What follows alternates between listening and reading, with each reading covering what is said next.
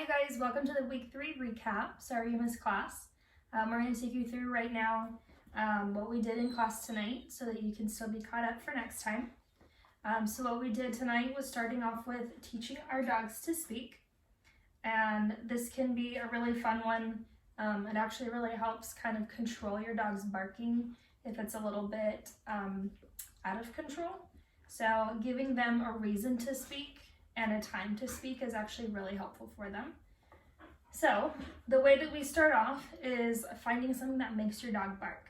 So when I have a toy for Munster and I hold it for too long, he usually, hey, will start to bark at me. Ready? Ready? Good. Yes. Yes.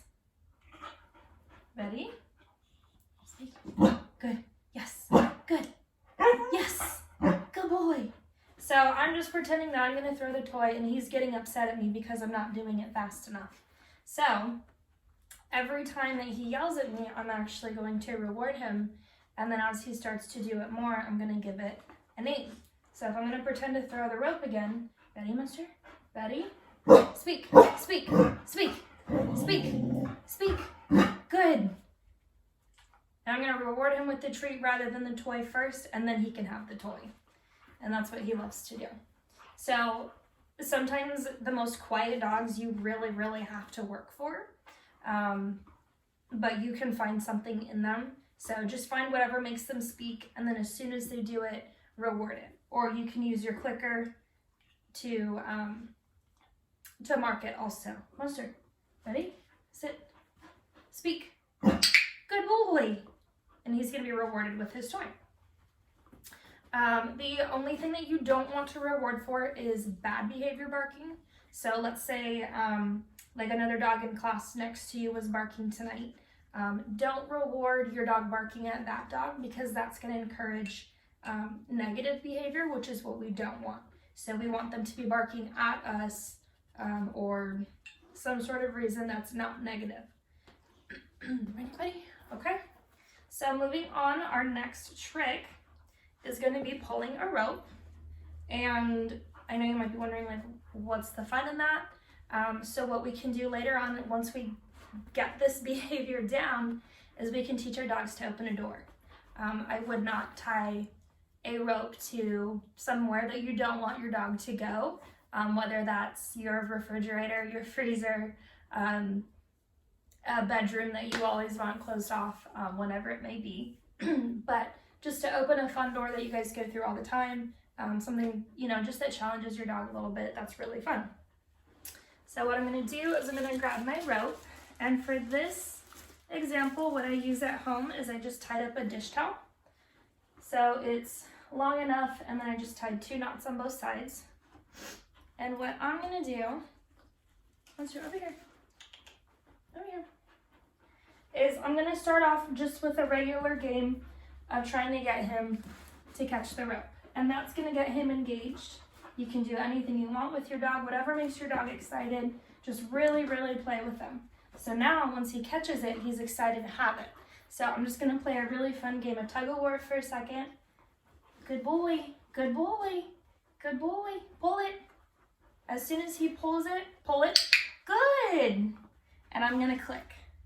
And you want it to be a pull that's actually strong. So if it was strong enough to actually open a door, good boy. So I'm just going to dangle it, pull it, good, and click. And this is kind of a double trick because you're also teaching your dog to release on command. So he knows that since he gets a treat with the click, as soon as I click, he's going to release. So it's kind of a double. That's why I really like this one, because he also learns to drop it. Good boy. So once your dog gets it, start to challenge them in different areas. So I'm going to hold my clicker and my treat over off to the side that's away from him. And I'm going to hold the rope way over here. Pull it. Good. Good job. So even though he's walking away from the treat, he knows that this means treat. Munster, pull it. Good.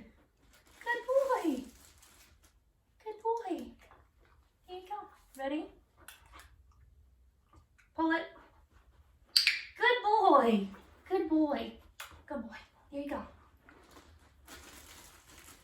Here you go. Okay. Third trick of the night is going to be what we call our shell game or a scent game. And what I have here is just 3 styrofoam cups, and I poked a hole in the top. And what we're going to do is encourage our dog to find a scent that's hidden. So I'm going to take 1 hot dog. Wait. I'm actually going to start with 1 cup until we increase the difficulty. Come. So we're going to start with 1 cup. Sit, sit, stay. And I'm going to hide the hot dog here. And I'm going to let him see that. Monster, see it? And then as soon as I let go, I'm going to say, Monster, find it. And I want him to nose it or I want him to touch it. Either one is good. And now that he's found it, I'm going to click, good boy.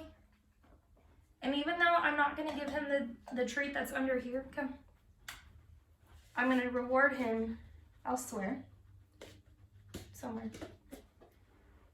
Stay. Because he found it. And at some point he found it and I didn't know. Okay, Monster, find it. Good boy. Good boy. So he's nosing the cup and he's telling me where it's at, which is exactly what we want. So to increase the difficulty, we're going to add 2 more. Monster, over here. Come. Come. Hey, over here. Monster, come. Good boy. So we're going to increase the difficulty, stay, by moving our cups around. And now I want him to tell me which one it's under. So he's going to inspect each one, find it. He found it on the first try, and he got lucky that way. What we want, leave it, is for them to check each one. Hey, bud, leave it. Okay, come here. Come here. Monster, come. Come. Good boy. Good boy. Okay, ready? Ready? Find it.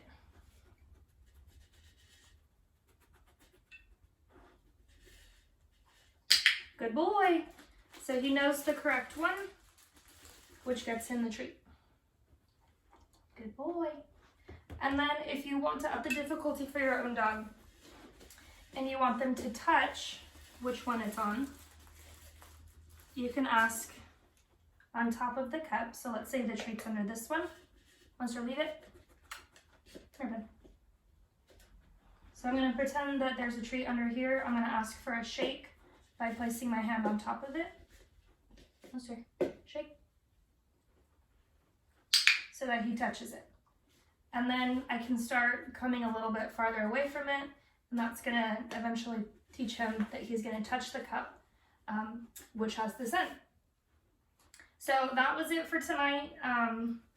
It's a little bit difficult, but the more you work on it, they actually really like finding the stuff that's hidden. It's a good challenge for them. So let me know if you guys have any questions. I'd always love to help you out, and hopefully we'll see you next